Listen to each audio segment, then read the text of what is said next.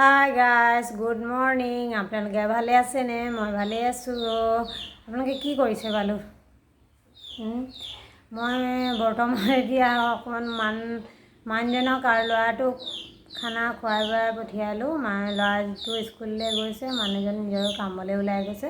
তাৰপিছত এতিয়া ভাবিলোঁ ব্লগ এটা বনাওঁ, তাকে এতিয়া আপোনালোকক আজি দেখুৱাম আমাৰ বাৰীৰ চব্জি। চব্জি বাৰী আছে বুলি এদিন ব্লগ এটা দিছিলোঁ বাৰু, তথাপিও এয়া দেখাইছোঁ। এয়া দেখিছেনে, ভাত কেৰেলা পালোঁ আজি ঢেৰেই পালোঁ পাই। তাৰপিছত এয়া পালোঁ আম দুটা পালোঁ। তাৰপিছত এইটো আহোম বগৰী, কিছুমানে হোম বগৰীও বুলিও কয়, আমি আহোম বগৰী বুলিও কওঁ। তাৰপিছত এতিয়া আৰু এটা বস্তু দেখুৱাম আপোনালোকক। এয়া চাওক, কালি মা ঘৰলৈ গৈছিলোঁ, আপোনালোকক দেখুওৱা নহ'ল বাৰু। এইটো গিফ্ট পালোঁ, এইটো আমাৰ ভণ্টীয়ে দিছে।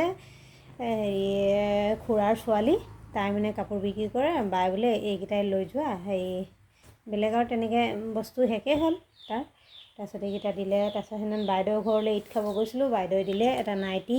এয়া পিন্ধা নাই বাৰু, পিন্ধিলে আপোনালোকক দেখুৱাম। কেনেকুৱা লাগিলে বাৰু মোৰ গিফ্টকেইটা? আপোনালোকক কমেণ্ট কৰি জনাবচোন। Bye bye.